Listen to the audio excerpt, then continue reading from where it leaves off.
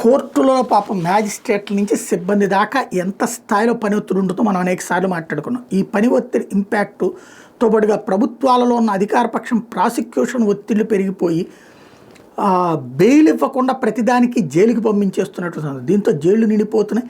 బెయిళ్ల కోసం హైకోర్టులకి అక్కడి నుంచి సుప్రీంకోర్టుల దాకా వెళ్తున్నారు.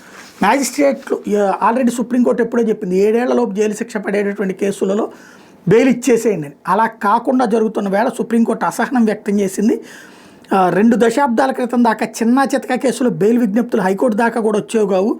చీటింగ్ కేసులో 2 ఏళ్లకు పైగా కస్టడీలో ఉన్న నిందితుడిని న్యాయమూర్తులు justice Abhay S Oka, justice Ujjal Bhuyan ధర్మాసనం బెయిల్ ఇచ్చి పంపించేస్తూ ట్రయల్ కోర్టులోని తేలిపోవాల్సిన ఇట్లాంటి బెయిల్ పిటిషన్లు కూడా సుప్రీంకోర్టు దాకా వస్తున్నాయని ఆవేదన చెందారు. దిగువ కోర్టుతో పాటు గుజరాత్ హైకోర్టు కూడా నిందితుడికి బెయిల్ నిరాకరించినాయి. అవాంఛనీయ పరిణామం ఇది. మామూలు కేసులో కూడా దర్యాప్తు పూర్తయిన బెంచ్కి నిరాకరించడం ఏంటి, బెయిల్ నిరాకరించడం ఏంటి?